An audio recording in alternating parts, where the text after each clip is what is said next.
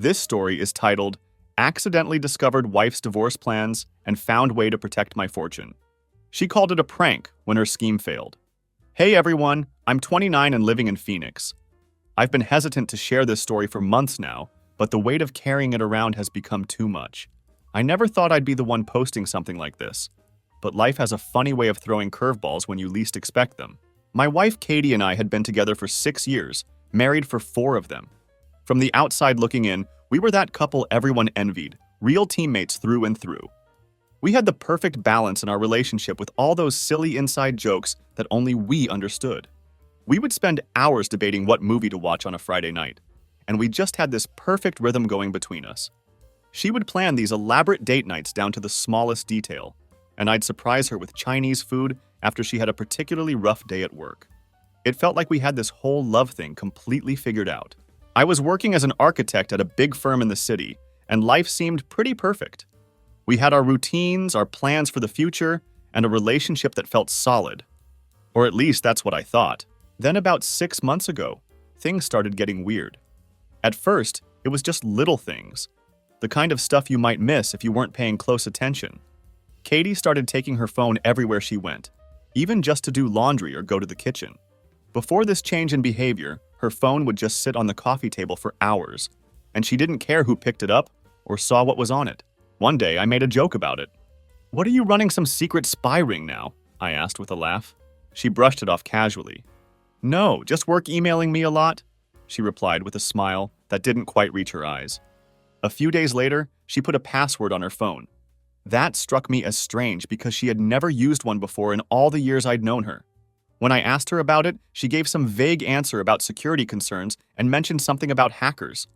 I didn't push the issue. I didn't want to sound paranoid or controlling, but something definitely felt off about the whole situation. Things continued to get stranger as the weeks passed. She started stepping out of the room to take calls, which was completely out of character for her. Before, she would always take calls right there on the couch beside me, not caring if I overheard her conversations with friends or family. Now it was always, "Oh, let me grab this real quick," before she would disappear into our bedroom or out onto the balcony. If I happened to ask who had called when she returned, the answer was always the same vague response. "Just a friend from work." I also started noticing how she always kept her phone face down now. I didn't realize how weird that was until one day when I reached over to hand her something, and she quickly moved her phone away. It was one of those split-second reactions that most people might not have caught, but it stuck with me. I couldn't shake the feeling that something was seriously wrong. And it wasn't just the phone stuff either. Katie herself felt different, more distant and detached from our relationship. Conversations that used to flow naturally between us now felt like I was pulling teeth to get any meaningful response from her.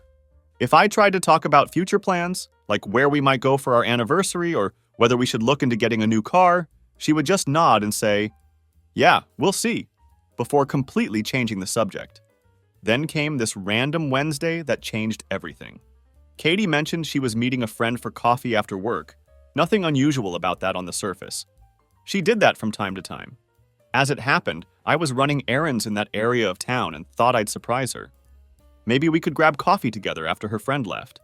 It seemed like a good idea at the time, a spontaneous little moment to brighten her day. When I got to the cafe, I immediately noticed that Katie wasn't sitting with any friend. Instead, I found her outside, pacing back and forth with her phone pressed to her ear.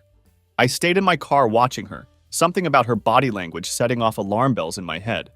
She looked serious, not like her usual animated self when chatting with friends. I didn't mean to eavesdrop, but I caught snippets of her conversation as she paced near my car. "It's almost ready," she said at one point, and then later, "Starting fresh soon." My stomach dropped. This didn't sound like work stuff or friend drama. It sounded bigger, more serious, like something she'd been planning for a while. When she got home later that evening, I casually asked about her coffee date, trying to keep my voice neutral. She launched into this elaborate story about her friend having boyfriend troubles and how she was giving advice and being a supportive listener. I nodded along like I believed every word, but my mind was racing. Was I reading too much into this? Was I overthinking everything? Or was there something deeper going on that she wasn't telling me? I couldn't shake this feeling that something was very wrong, something that was fundamentally changing the foundation of our marriage. Things carried on like that for days. I started watching Katie's behavior more closely. Not because I was trying to catch her doing something wrong, but because I desperately needed to make sense of everything I'd seen and heard. She wasn't being obvious about anything suspicious, but all these little things just didn't feel right when I put them together. Then, completely out of nowhere, she brought up our finances.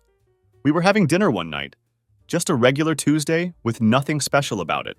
We were eating spaghetti and meatballs and chatting about random stuff like her workday and some new Netflix show she wanted to watch. Then suddenly, she dropped this bomb into our casual conversation. "You know, we should really organize all our financial stuff," she said with an innocent smile that felt oddly calculated. It was such a random comment that I just stared at her for a second before responding. "What do you mean?" I asked, trying to keep my tone neutral. She shrugged casually. "I just think we should have everything in one place. You know, like all our account information, passwords, important documents, that kind of thing, just in case of emergency." I didn't know what to say. We'd never talked about consolidating our financial information before. The timing felt weird, especially with everything else I'd noticed over the past few weeks. "What kind of emergencies?" I asked, still trying to keep my voice casual while my mind raced with possibilities. She shrugged again.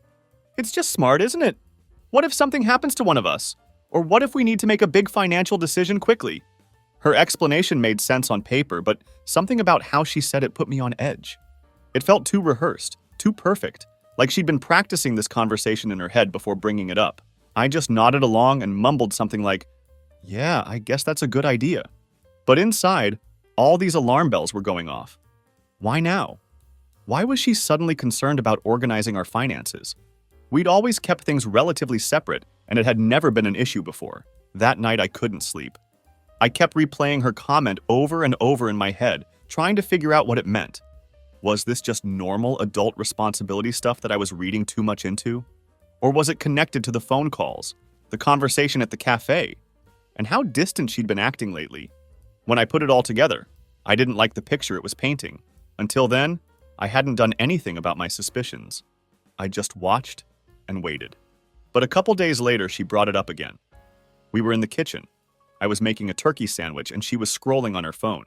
She looked up suddenly and asked, "Have you thought more about organizing the bank stuff? Like, do you know where all the account details are?" I put down the knife I was using and turned to face her. "Okay, what's going on?" I tried to keep my voice light but firm. "You've been bringing up the finances a lot lately. Is there something we need to talk about?" She finally looked up from her phone, seeming surprised, like she hadn't expected me to question her motives. "No, nothing's wrong," she said quickly, giving this little fake laugh that didn't match her eyes. "I just think it's important, that's all. You know, for emergencies." "Emergencies like what?" I pressed. She just shrugged, her face completely unreadable. "I don't know, just life stuff. It's not a big deal, I promise. I just think it's something we should get on top of." Her answer was far too vague, which only made me more suspicious. This didn't feel like a casual suggestion anymore. It felt like she was hiding something significant, but I had no idea what it could be. The next day, while Katie was at work, I decided to take a closer look at our finances. I logged into our joint account online and noticed something strange. Several small transfers had been made over the past month. Nothing huge that would immediately raise red flags, but they didn't make sense either. There were no labels indicating they were for bills or groceries, just random amounts going somewhere. I didn't want to jump to conclusions, but it looked like she'd been slowly moving money out of our account. I couldn't figure out where the money was going, though. I thought about confronting her with what I'd found, but something told me to wait. If I was wrong, I'd look like a paranoid idiot. But if I was right, well, I needed to be careful about how I approached this. The whole situation was eating me up inside. I finally reached out to someone I trusted, my old college buddy Tom, who's now a lawyer. I told him everything I'd noticed, trying not to sound like a conspiracy theorist. I just laid out the facts as clearly as I could. The look on his face after I finished told me everything I needed to know. "I'm not saying something's definitely going on," he said carefully, "but you're not crazy for wanting to be prepared. If you're worried about protecting your assets, now's the time to do it. Better safe than sorry." Tom gave me a detailed rundown of what steps I could take to secure my finances if I truly believed something was wrong. The measures seemed extreme. Taking steps like that felt like I was planning for disaster. I wasn't even completely sure anything was wrong. But the more I thought about it, the more his advice made sense. If Katie was actually planning something behind my back, and I was starting to believe I needed to protect myself. It wasn't an easy decision to make, though. This wasn't just about money or assets. It was about our whole life together. I kept replaying memories in my head. Our wedding day, the times we stayed up late talking about our dreams, all those random little jokes we shared that made us laugh until we couldn't breathe. How did we get to this point? Was this really what our marriage had become? Taking these protective steps felt like giving up, like admitting defeat, like throwing away all the trust we'd built over years together. That evening, while Katie was out, I sat down at my desk and pulled out my laptop. My hands were literally shaking as I opened the browser and started going through everything. Bank accounts, investment accounts, the house deed, every single document we had. Each one I looked at felt like another betrayal of the trust we'd built. But a voice in my head kept reminding me that this was about survival, not sabotage. I wasn't trying to hurt her. I just couldn't shake this feeling that if I didn't act now, I'd regret it later. I made a detailed list of everything I could transfer and how to do it without raising suspicion. As I typed it all out, I felt this crushing weight on my chest. I had trusted Katie completely for years, shared everything with her, and now here I was, playing defense against the person I thought would always have my back no matter what. I called my mom next. I didn't tell her everything, just enough to explain what I needed. I need you to hold on to some things for me for a while, I said carefully. It's nothing bad, just something I need to do to protect myself, just in case. She went quiet for a moment, and I could almost feel her trying to figure out what I wasn't saying. Are you okay? She asked, her voice full of concern. Yeah, I lied, not wanting to worry her more than necessary. It's just a precaution, nothing to worry about. She didn't push it, but I could hear the hesitation in her voice when she said, Of course, sweetheart, whatever you need. Hanging up the phone, I felt this weird mix of relief and shame. I hated involving my mom in this whole mess, but knowing she had my back gave me some stability in a situation that felt like quicksand. By the time Katie got home, I had already started the process of securing my assets. I transferred most of my savings, investments, and even the house into my mom's name. I left enough in our joint account to keep up appearances, but everything else was locked down tight. Katie didn't notice anything different when she came in. She kissed me on the cheek like normal and asked if I wanted to watch a movie. I acted as casual as possible, but inside, I was a complete mess. Part of me felt guilty, like I was betraying her trust by taking these steps behind her back. But another part felt relieved, like I was finally taking control of a situation that had been spiraling out of hand for months. Over the next few days, I kept everything as normal as possible. I didn't want to tip her off that anything had changed. She seemed content, even unusually cheerful sometimes. But instead of putting me at ease, her good mood made me more suspicious. If she was planning something, she was doing an expert job of hiding it. What stood out, though, was that she didn't bring up our finances again, not even once. After I questioned her that last time, the topic completely vanished, like she'd never been interested in the first place. At first, I thought maybe I'd overreacted. Maybe she had dropped it because it wasn't actually important. But the more I thought about it, the more it felt like she was deliberately avoiding the subject, almost like she was dreading bringing it up again after I'd pressed her about her sudden interest.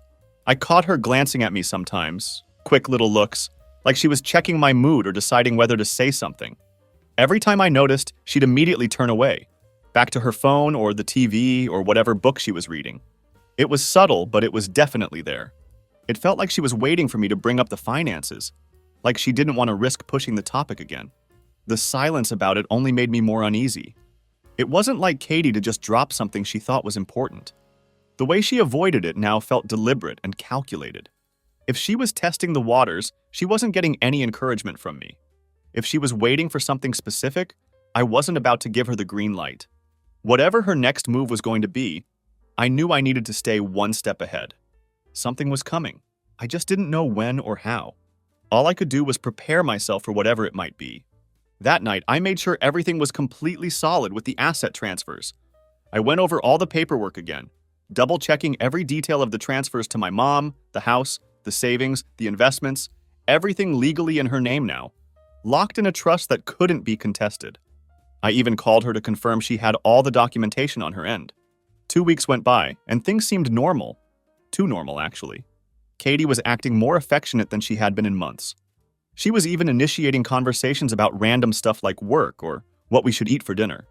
It threw me off because, for months, She'd been distant, avoiding anything deeper than surface-level talk. Part of me started to wonder if I'd been overreacting all along. Maybe the weird behavior was just stress or something else I couldn't understand. But then, on a random Friday night, she sat me down on the couch, turned off the TV, and said we needed to talk. My stomach immediately dropped. I knew what was coming before she even said it. "I think we should get a divorce," she said, her tone eerily calm, like she had rehearsed this moment. Those words hit me like a truck, even though I'd been preparing for them. She wasn't angry or emotional, just cold, like she was telling me we'd run out of milk and needed to get more. I stared at her, unsure how to respond, as she launched into her reasoning. She talked about needing space, wanting to figure herself out, feeling like she'd lost her identity in the marriage, all these standard breakup lines that didn't actually explain anything concrete. Then she said something different, something that hit harder than all her vague explanations. "You know, I've made a lot of sacrifices for you over the years, and I don't think you really appreciate them. I deserve more." That last part stung deeply. This wasn't just about her wanting to end our marriage. It was about her framing it like I owed her something, like all of this was my fault, and she was just claiming what was rightfully hers. I sat there trying to process what she was saying, but one question kept coming back to me. Why now? After all this time, what had changed? Then she dropped something that made everything click. "A friend of mine has been helping me see things clearly," she said, not meeting my eyes. "A friend?" I asked, keeping my voice steady. She stayed quiet, so I let her continue talking, but my mind was racing. Who was this friend? Why were they involved in our marriage? The way she said it wasn't casual. It sounded like someone had been coaching her, convincing her that leaving me wasn't just an option, but some kind of strategy she needed to execute. The more she talked about how she deserved more because of her sacrifices, the more I couldn't believe what I was hearing. Sacrifices? What sacrifices? She had always seemed happy with me, or at least that's what she'd told me countless times over the years. I'd worked hard to give Katie the life she wanted, and I wasn't just talking about money. When she wanted to move closer to her job, I agreed without hesitation, even though it meant a longer commute for me every day. When she wanted to go on that expensive yoga retreat last year, I made sure we budgeted for it, even skipping my annual fishing trip with my buddies so she could go. I supported her when she switched careers, not once but twice, telling her it was okay to take the leap because I wanted her to be happy. I always thought being a good husband meant putting her first whenever I could. And it wasn't like I was some distant partner who just provided financially. I showed up emotionally too. I remembered anniversaries and those random little things she mentioned liking. I planned date nights when she said she was feeling stuck in a rut.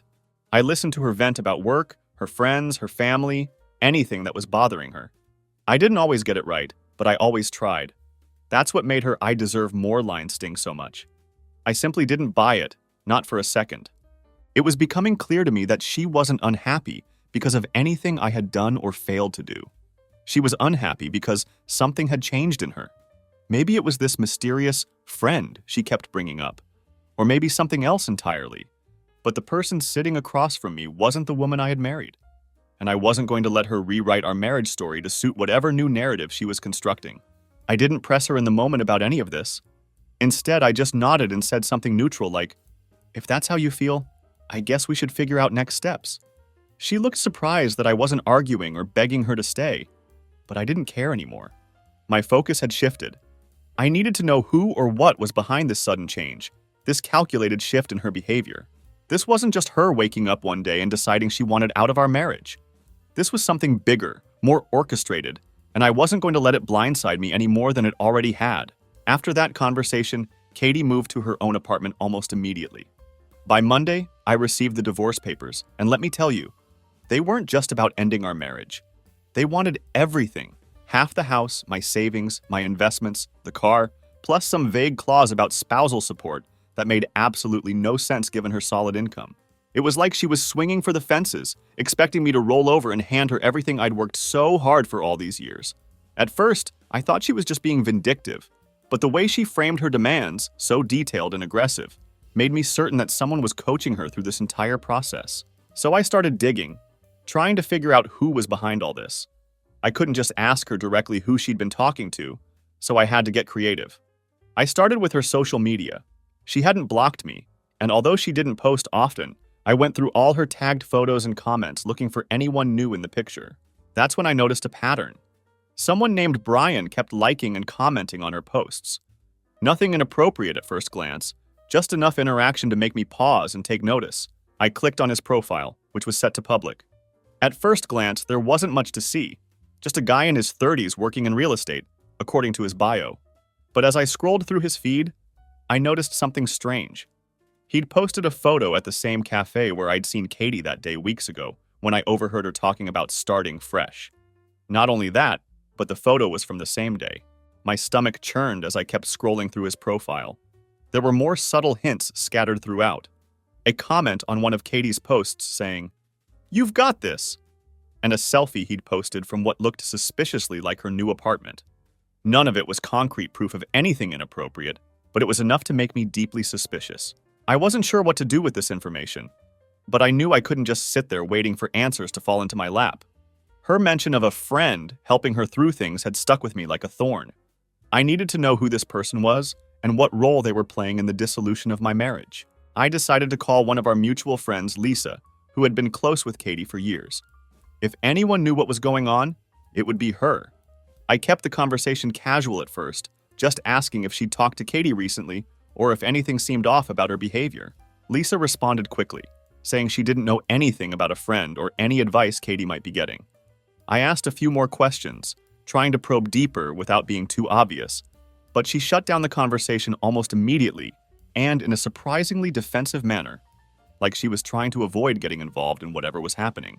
Not ready to give up, I called another friend, Emily this time. I went through the same routine, explaining that I was just trying to make sense of everything that was happening between Katie and me. At first, she seemed hesitant, dodging my questions with vague answers. When I pressed her a bit more, she abruptly ended the call, which left me even more suspicious than before. I sat there frustrated, trying to figure out what my next move should be. Then, to my surprise, Emily called me back just a few minutes later. She said she needed to make sure that whatever she told me wouldn't get back to Katie. I promised her complete confidentiality. After a long pause, she finally told me what she knew. Apparently, Katie had been spending a lot of time with Brian, the same guy I'd noticed on social media, someone she'd met through work. Emily said she didn't know much else, but from what she'd heard, Brian was deeply involved in the advice Katie was getting about the divorce. Hearing that name again felt like a piece of the puzzle finally clicking into place. Now it was clear. This wasn't just about Katie needing space or finding herself. Someone else was in the picture, steering her decisions, and I was determined to find out why. I decided to confront the situation in my own way. That weekend, I drove to Katie's new apartment building and parked a block away, hoping to confirm what I already suspected. I waited patiently, not entirely sure what I expected to see, but knowing I needed some kind of concrete evidence beyond just social media interactions and secondhand information. Sure enough, a couple hours later, Katie walked out of the building with Brian. They didn't hold hands or show any obvious romantic gestures, but the way they walked together, close, leaning in to talk, was enough to confirm my suspicions. There was an intimacy in their body language that spoke volumes. They got into his car, a sleek black BMW, and drove off. I didn't follow them. I didn't need to. At that moment, everything was crystal clear. Katie hadn't just fallen out of love with me. She'd been methodically planning her exit with someone else. Now it all made perfect sense. The sudden distance, the financial questions, the aggressive demands in the divorce papers. She wasn't just leaving me, she was trying to leave me with nothing. And she had someone backing her every step of the way.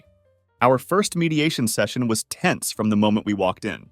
Her lawyer showed up with a folder so thick, it looked like they were filing a lawsuit against a Fortune 500 company rather than negotiating a relatively straightforward divorce. He started going through her demands like they were completely reasonable requests. Half the house, the savings, my investments, the car, even some additional nonsense about spousal support that made absolutely no sense given our financial situation. I stayed quiet, pretending to listen attentively, but I was actually waiting for my lawyer to make his move. When it was finally our turn to respond, he calmly slid a stack of documents across the table and said, "Before we proceed, I think it's important for everyone to review these." Her lawyer picked up the papers and started skimming through them. His confident demeanor shifted quickly as he flipped through the pages, his brows furrowing deeper with each one. "What is this?" he asked, looking genuinely confused. "These documents show the transfer of all major assets into a trust under my client's mother's name. my lawyer explained, his voice steady and professional. The transfers were completed several weeks before the divorce filing, and the trust is fully legal and irrevocable. The room went completely silent. Her lawyer turned to Katie, his confusion now mixed with obvious frustration. "You didn't mention this," he said flatly, the accusation clear in his tone. Katie snatched the papers from his hands and flipped through them frantically, her face turning a deep shade of red. "This can't be real," she muttered, staring at the notarized signatures and dates that proved everything was legitimate. Then she turned to me, her expression shifting from disbelief to pure fury. "You planned this!" she hissed, glaring at me like I'd committed some unforgivable crime. "You knew I was going to file, and you set this up to screw me over." I didn't respond. I just sat there, letting her connect the dots on her own. Her lawyer, now visibly annoyed at being blindsided, asked my lawyer to explain further. So he did. Calmly, methodically, with every piece of evidence needed to make the transfers ironclad. The dates lined up perfectly, showing I'd moved everything well before she filed for divorce. All signatures were properly notarized, and the trust was airtight. There was nothing they could do to contest it. Katie was absolutely livid. "You're unbelievable," she snapped, leaning forward in her chair. "I can't believe you'd do something like this to me." I still didn't say a word. What was there to say? This wasn't about me doing something to her. This was about protecting myself because she'd made it abundantly clear she wasn't leaving our marriage quietly or fairly. The meeting ended with her lawyer muttering something about needing to reassess their approach, but it was obvious to everyone in the room that they had no viable moves left to make. Their entire strategy had been built around assets that were no longer accessible. When we walked out of the building, Katie pulled me aside in the hallway, her face a volatile mix of anger and desperation. "This isn't over," she said, her voice low and threatening. "You're going to regret this." I just looked at her and said, "I already regret trusting you. That's the only regret I have." After that mediation session, things spiraled faster than I expected. Katie went into full meltdown mode almost immediately. It started with endless calls. At first, she sounded calm, even apologetic, leaving voicemails saying things like, "I think we just need to talk." And I know this got messy, but we can fix it. When I didn't respond to any of her messages, her tone shifted dramatically. By the second day, her messages were bouncing between desperate sobbing and furious screaming. One voicemail would be her crying about how she'd made a mistake and didn't want to lose everything we'd built together. The next would be an angry tirade, accusing me of being stingy and vindictive, blaming me for everything going wrong in her life. I ignored it all. My lawyer had advised me not to engage with her directly, and honestly, I didn't want to anyway. I was done playing her manipulative games. But Katie wasn't done. When the calls and texts didn't work, she started spinning elaborate stories to salvage her reputation. I started hearing from mutual friends that she'd been telling people the divorce wasn't even real, that it had all been some elaborate prank. A prank. I mean, who would ever believe that? Who files actual legal paperwork, hires a lawyer, and makes specific financial demands if it's all just a joke? When people didn't immediately buy the prank excuse, she doubled down hard. She claimed it wasn't just a joke, but a way to test the strength of our relationship. She started painting herself as the victim, saying she was hurt and betrayed by my reaction, that I'd taken things too far and destroyed the trust in our marriage. At first, some people actually seemed to buy into her ridiculous stories. I started getting these weird texts from acquaintances saying things like, "Wow, I didn't realize things were so rough for her." Even her brother lashed out at me, saying I should have just talked things out instead of being so drastic with the financial arrangements. It was frustrating to hear these distorted versions of events circulating, but I knew the truth would eventually come out. And it did, thanks to one of our mutual friends. Let's call him David. David and I weren't super close, but we'd always been friendly. A couple of weeks after the mediation disaster, he messaged me out of the blue, saying he had something I needed to see. When we met up, he pulled out his phone and showed me a string of texts between Katie and Brian. I was confused at first. "How did you even get these?" I asked, scrolling through the messages in disbelief. David explained that he had a mutual friend with Brian, someone who had been privy to their conversations about me and the divorce. Apparently, this mutual friend had started feeling increasingly uneasy about how things were playing out, especially when Brian began bragging about how he was helping Katie secure her future. It didn't take long for that friend to connect the dots and realize what securing her future actually meant, trying to bleed me dry of everything I'd worked for. Feeling guilty about staying silent, the friend had taken screenshots of all their text exchanges and shared them with David, knowing he had a better relationship with me and might be able to warn me about what was really happening. "This guy's been playing both sides," David said, shaking his head in disgust. "He's been hyping her up to take you for everything while making her believe he'd be there for her afterward." David handed me his phone and said, "I thought you should know. You don't deserve this, man." The texts were absolutely brutal to read. Katie wasn't just venting to Brian about our divorce. She was actively planning her next moves with him, and he was coaching her through every step of the process. One of her messages said, "Once the settlement's done, we'll have everything we need. I just need him to agree to the terms." Brian's reply was even worse. "Don't back down. Make him feel guilty if you have to. He owes you. We'll start fresh once you've got the money." I sat there staring at David's phone, trying to process what I was reading. This wasn't a misunderstanding or some emotional reaction to a failing marriage. This was cold, calculated manipulation, a coordinated effort to take advantage of me financially. I thanked David for showing me the texts, and he left shortly after, but my mind was spinning with this new information. Everything made perfect sense now. Her sudden distance, her obsession with our finances, her aggressive demands in the divorce. It had all been part of a plan that she'd been working on with Brian behind the scenes. The texts spread quickly among our mutual friends. David shared them with a few people, and from there, they made the rounds. Suddenly, Katie's carefully constructed narrative about a prank or a relationship test wasn't holding up anymore. People who had been neutral or even supportive of her started pulling away. The shift was almost instant. Those who had been defending her or staying on the fence now saw her for who she really was. Even her closest allies started distancing themselves as the truth came to light. By the time our divorce was finalized, Katie had nothing but her personal belongings to show for it. Her lawyer quietly dropped her case after realizing there wasn't a legal leg to stand on. All those bold demands had crumbled under the weight of the paperwork I'd prepared, and the trust I'd set up with my mom was completely untouchable. As for Brian, he seemed to vanish the moment things started unraveling. I wouldn't be surprised if he'd been using Katie just as much as she'd been using me. From what I could piece together, he'd been feeding her delusions of independence and a fresh start with him. But the second it became clear she wasn't walking away with anything substantial from our divorce, he was gone. Without Brian in her corner, Katie's confidence took a nosedive. The calls and texts kept coming, but now they were more desperate than ever. "Can we just talk? Please," one voicemail begged. "I'll do anything to fix this." Another pleaded, "You don't have to forgive me, but can't we just settle this and move on? I'll drop everything if you just talk to me." I didn't respond to any of these messages. I couldn't. The damage was done, and there was no coming back from what she tried to do to me. There was no explanation she could offer that would undo her actions or restore my trust. Even her family started to pull away from her.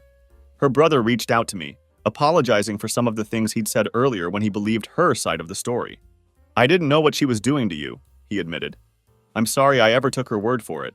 As for me, I got to keep the house, my savings, and something I hadn't felt in a long time, peace of mind." The weight that had been pressing down on me for months was finally lifted. I could breathe again. My mom, as always, was my rock through all of this. She came over with buckets of paint and a list of ideas to help me reclaim the space as my own. Together, we transformed the house, erasing the memories of betrayal and replacing them with something new and hopeful. Now life feels like it's finally mine again. There's no more second-guessing every little interaction, no more feeling betrayed by the person who was supposed to love me the most. Just peace and the freedom to move forward. Katie is a chapter in my past now, one I don't reread anymore. And as far as I'm concerned, the rest of the story is entirely mine to write.